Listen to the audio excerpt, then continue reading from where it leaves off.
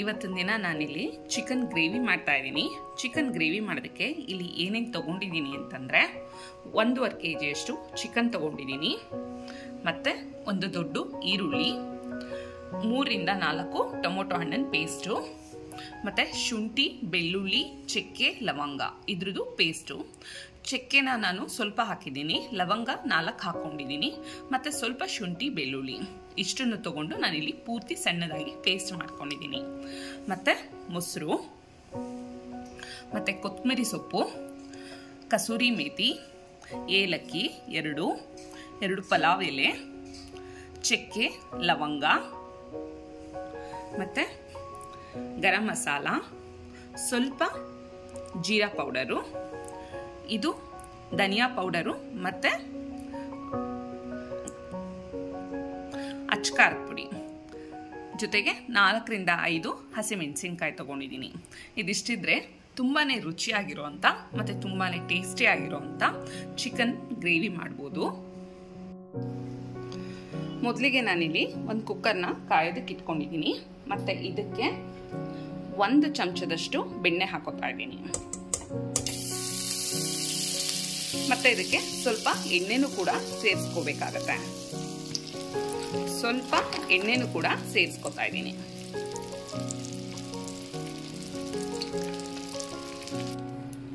ಗ್ಯಾಸ್ನ ತುಂಬ ಕಡಿಮೆ ಉರಿನಲ್ಲಿ ಇಟ್ಕೊಳ್ಳಿ.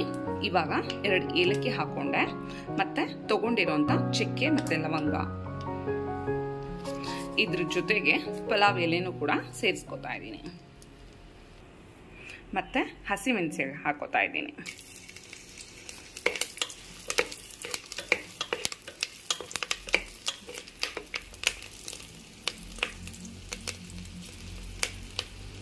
ಈಗ ಇದಕ್ಕೆ ಈರುಳ್ಳಿ ಸೇರಿಸ್ಕೊತಾ ಇದ್ದೀನಿ.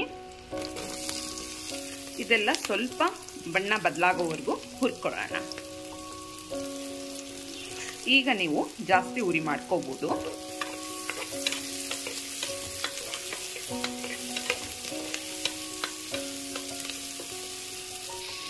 ಇವಾಗ ನೀವಿಲ್ಲಿ ಏನು ಎಣ್ಣೆ ಮತ್ತೆ ಬೆಣ್ಣೆ ಹಾಕೊಂಡಿದ್ದೀರಾ ಅಷ್ಟೇ ಸಾಕಾಗುತ್ತೆ. ಮತ್ತೆ ನೀವು ಇದಕ್ಕೆ ಎಕ್ಸ್ಟ್ರಾ ಇನ್ನೇನು ಸೇರಿಸ್ಕೊಳ್ಳೋ ಅವಶ್ಯಕತೆ ಇರೋದಿಲ್ಲ. ಇಷ್ಟರಲ್ಲೇ ಸಾಕು. ಇದನ್ನೇ ಚೆನ್ನಾಗಿ ಹುರ್ಕೋಬೇಕಾಗತ್ತೆ.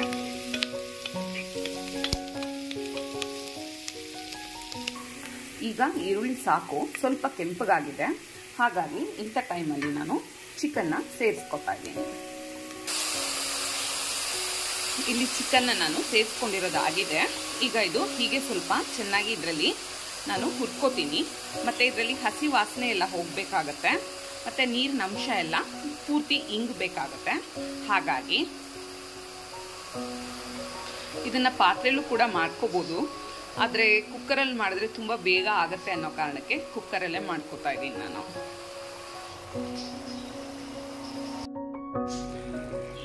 ಇದು ಇವಾಗ ಚಿಕನ್ನು ಬೇಯ್ತಾ ಇದೆ. ಇಂಥ ಟೈಮಲ್ಲಿ ನಾವು ಸ್ವಲ್ಪನೇ ಸ್ವಲ್ಪ ಹರಳುಪ್ಪನ್ನ ಹಾಕೋತಾ ಇದ್ದೀನಿ. ಇದು ಉಪ್ಪು ಮತ್ತು ಖಾರ ಹಿಡೀಲಿ ಅನ್ನೋ ಕಾರಣಕ್ಕೆ, ಏಕೆಂದರೆ ಈಗಾಗಲೇ ನಾವು ಹಸಿಮೆಣಸಿನ್ಕಾಯಿ ಹಾಕಿದ್ದೀವಿ ಖಾರದಕ್ಕೆ.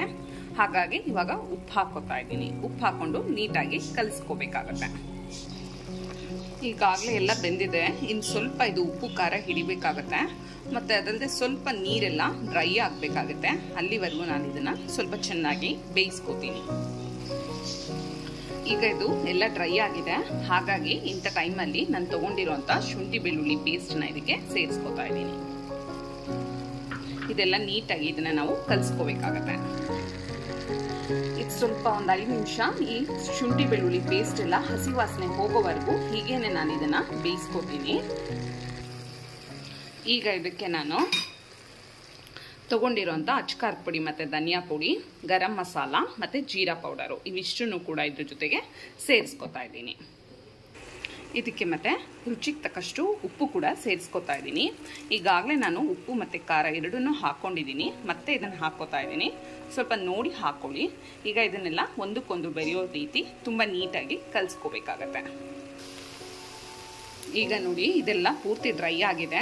ಹೀಗೆ ಇದು ಸ್ವಲ್ಪ ಹೊತ್ತು ಬೇಯಲಿ.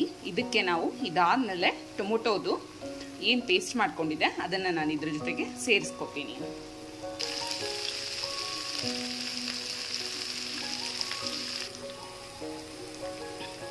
ಈಗ ಇದಕ್ಕೆ ನಾನು ಟೊಮೊಟೊದು ಪೇಸ್ಟ್ ಹಾಕೋತಾ ಇದ್ದೀನಿ. ನೀವು ಬೇಕು ಅಂದರೆ ಕಟ್ ಮಾಡಿನೂ ಹಾಕೋಬೋದು.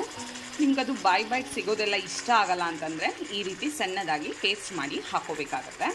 ಇದನ್ನು ನೀಟಾಗಿ ಮಿಕ್ಸ್ ಮಾಡ್ಕೊಳ್ಳಿ. ಈಗ ಇದಕ್ಕೆ ಮೊಸರನ್ನು ಸೇರಿಸ್ಕೊತಾ ಇದ್ದೀನಿ.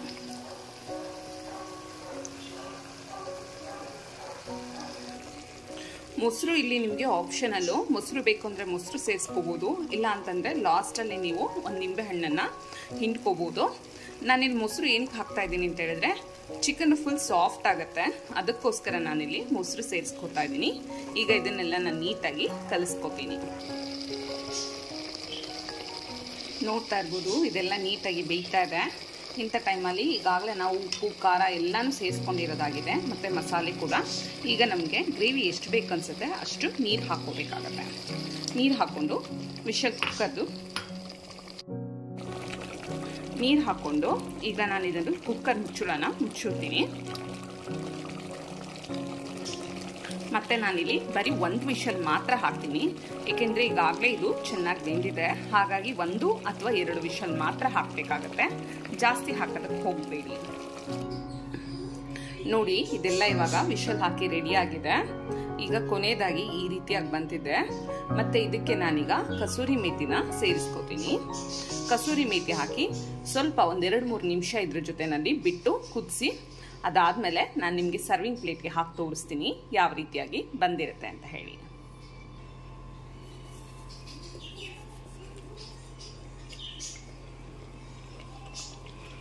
ಇದನ್ನ ಎಲ್ಲ ನೀಟಾಗಿ ಇವಾಗ ನಾವು ಮಿಕ್ಸ್ ಮಾಡ್ಕೋಬೇಕಾಗತ್ತೆ. ನೋಡಿ ಕೊನೆಯದಾಗಿ ನಿಮಗೆ ಇದು ಈ ರೀತಿಯಾಗಿ ಬರುತ್ತೆ. ಮಾಡೋದಕ್ಕೆ ತುಂಬಾ ಈಸಿಯಾಗಿರುತ್ತೆ ಮತ್ತು ತಿನ್ನೋದಕ್ಕೂ ಅಷ್ಟೇ ತುಂಬಾ ಟೇಸ್ಟಿಯಾಗಿರುತ್ತೆ. ಯಾರು ಬೇಕಾದರೂ ಮಾಡ್ಕೋಬೋದು, ಅಂದರೆ ಬ್ಯಾಚುಲರ್ಸ್ ಕೂಡ ಮಾಡ್ಕೋಬೋದು. ಇದಕ್ಕೆ ಯಾವುದೇ ಥರ ಜಾಸ್ತಿ ಮಸಾಲ ಪದಾರ್ಥ ಎಲ್ಲ ಬೇಕಾಗೋದಿಲ್ಲ. ನೀವು ಒಂದ್ಸಲ ಮನೆಯಲ್ಲಿ ತಪ್ಪದೆ ಟ್ರೈ ಮಾಡಿ. ನಾನಿವತ್ತಿನ ದಿನ ಮಾಡಿರೋಂಥ ರೆಸಿಪಿ ನಿಮಗೆ ಇಷ್ಟ ಆಯಿತು ಅಂದರೆ ಮರೀದೆ ನನ್ನ ಚಾನಲ್ನ ಸಬ್ಸ್ಕ್ರೈಬ್ ಮಾಡಿ. Thank you.